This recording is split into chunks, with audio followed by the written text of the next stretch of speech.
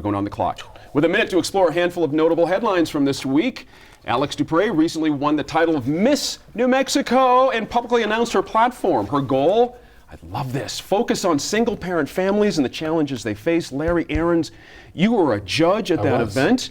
I'm insanely jealous, however, be that as it may. Were you guys shocked when you heard her platform? We weren't shocked, we were delighted because the platform was so refreshing and she expressed it so well. Yeah. It really gave her a lot of credibility. And you do the interview on the first day regarding the platform, and she just took it from there. Alexis is going to be a tremendous representative for the state, both up to Miss America in September and then afterwards. Absolutely. Wish her luck on that, please. You know, I think Miss America, Miss New Mexico here in the state, you know, she is such a role model for kids.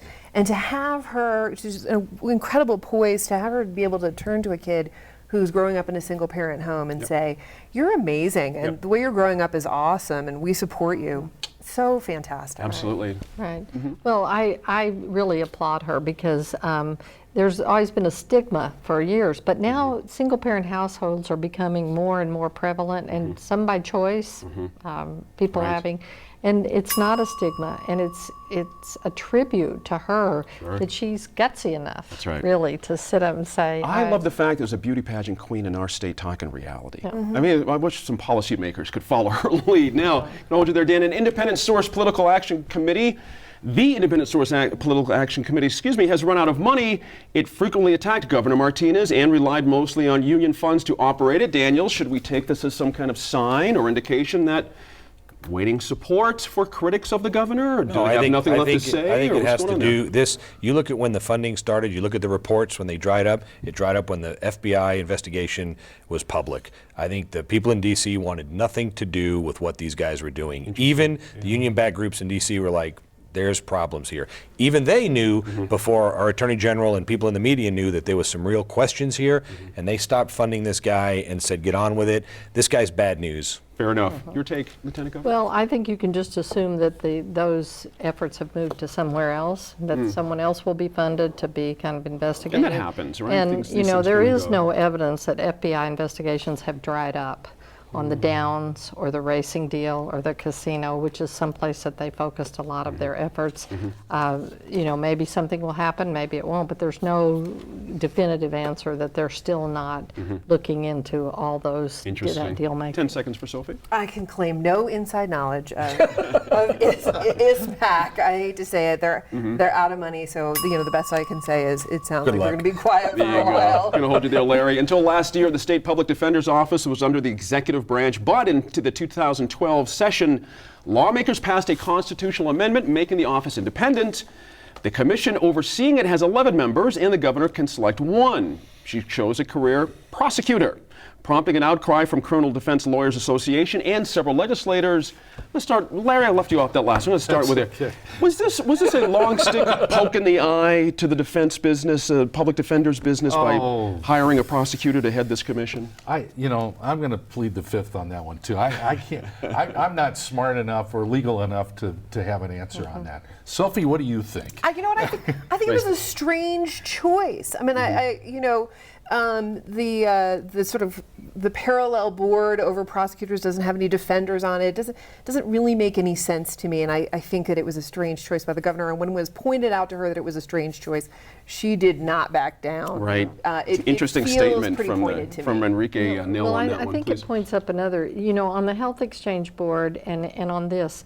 You know, the legislation is not as definitive as people would like it to be. On the Health Exchange Board, it said you could only have certain people, but a lot of other people got on that fit the same categories. So it was, the legislation is not as well But in defined. the wording of being on the board, it makes it pretty clear your career must revolve around defending people. Well, it's amazing how this is. Gene, you know, I find it interesting. You want to beat that drum, yet the folks who were arguing this in the media we're very careful to use the word, this is not an appropriate appointment versus a legitimate appointment or a qualified appointment. And I think that's because they didn't get the memo. The memo is Governor Martinez won the election. She appoints who she wants to these boards and commissions. It's one of 11. It's interesting, these very same people are not nearly as excited about the 15 federal people that are being cut by the administration, and we're going to lose those people that are out defending them. But this is a bigger issue. Fair enough. U.S. Representative Michelle Lujan Grisham has entered an arena of tension between the federal government and the states. Medical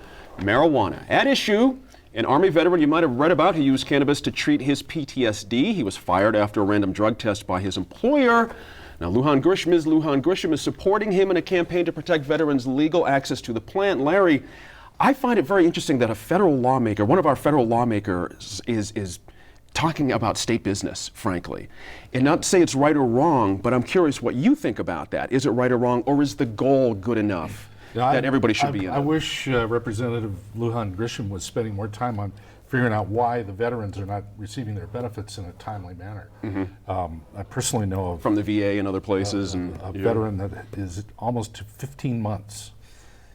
Now, she's messing around with medical marijuana. I think there are far more pressing veterans issues than this one. There you go. Sophie, would you agree with that? I think it's possible that this falls under constituent services for Congresswoman Lujan Grisham, but I also think this is a big issue for this gentleman. He lost his job, and this is also his health, and so that intersection, I think, is a big deal. Lieutenant Governor, your thoughts? Well, I think that I have to agree with Larry. I think there are sometimes more pressing issues, but as we know, all elected officials are asked to comment or to intervene on all kinds of issues, from picking up your garbage to medical marijuana. So I know Michelle Lujan Grisham has a clear understanding from her time in state government of what medical marijuana and what the guidelines are. Sure. Could I hold you there, Dan? We're out of time. Thank you all very much. Larry, good to see you. Lieutenant Governor, always good to see you. What a great Friday night. Thanks, guys. As always, all of us here at New Mexico in Focus appreciate your time and your effort to stay informed and engaged. Catch up with us anytime on social media by searching New Mexico in Focus. And you can find archived interviews and often really terrific bonus material from our shows on our YouTube channel. I'm Gene Grant. We'll see you next week in Focus.